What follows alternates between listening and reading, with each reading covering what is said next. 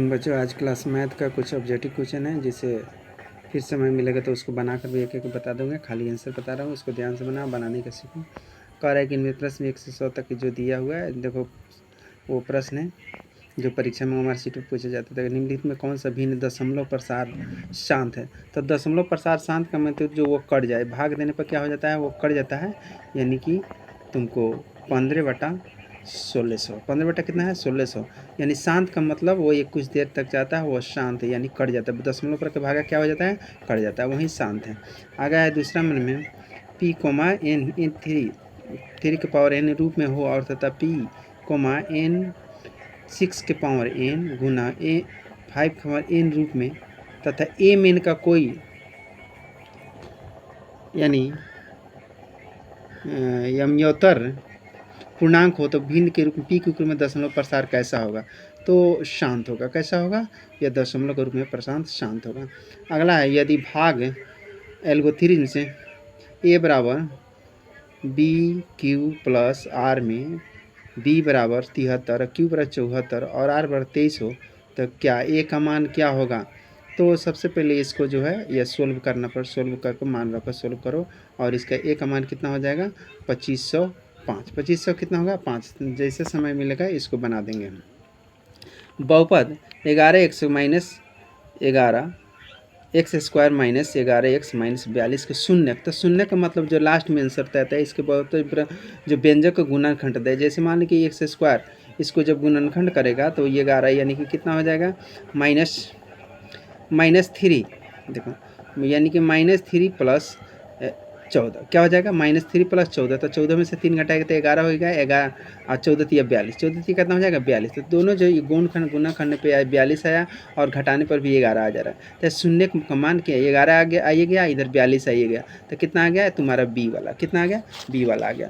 अगला नेक्स्ट है x power 5 plus x power 4 plus x power x square plus 7 और into यानी x power 4 और प्लस x पावर 3 प्लस 4 का घात ज्ञात करें।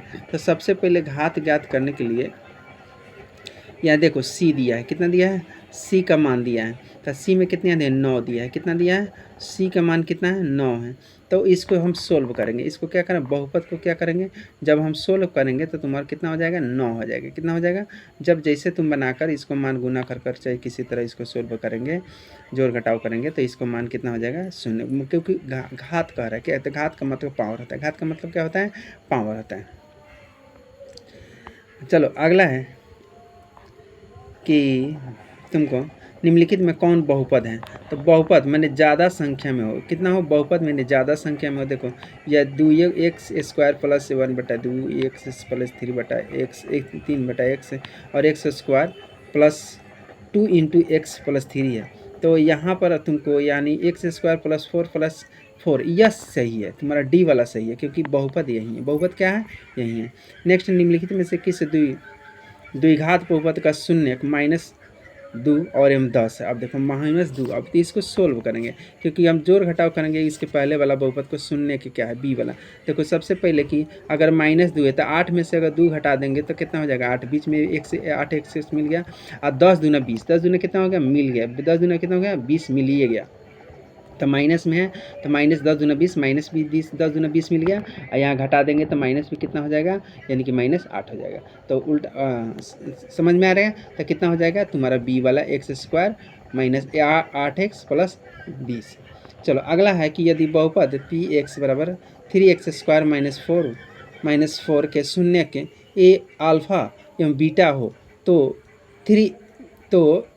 3 अल्फ़ा बीटा का मान क्या होगा?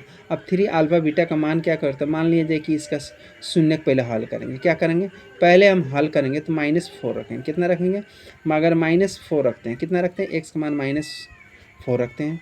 तो 4 मैंने 4 में 4 चौका 16, 16 तिया कितना हो जाएगा 48।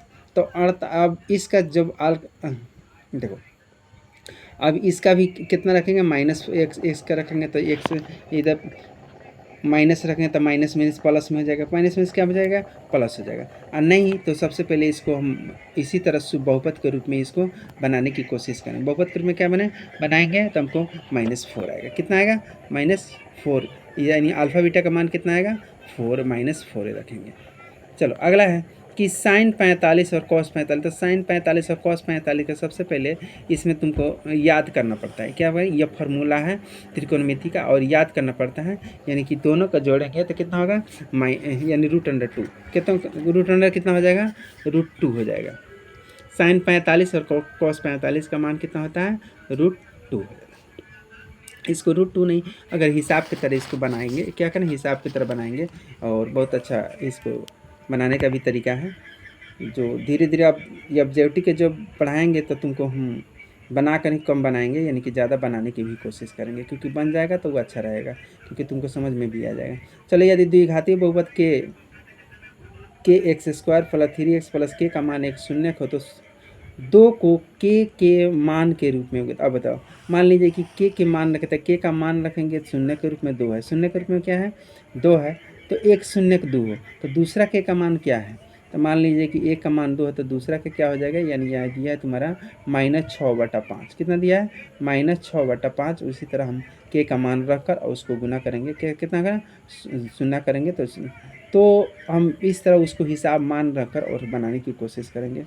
तो अगला इतना ही रहने देना, क्योंकि इसको जब तक बनाएंगे ना तब तुमको सही से ही नहीं समझ पाए, ऐसा समय मिलेगा जैसे जैसे हम सारा हिसाब एक एक करके बनाकर तुमको सॉल्व कर देंगे। ठीक है बच्चों, आगे इतना ही, आगे नेक्स्ट डे। Thank you.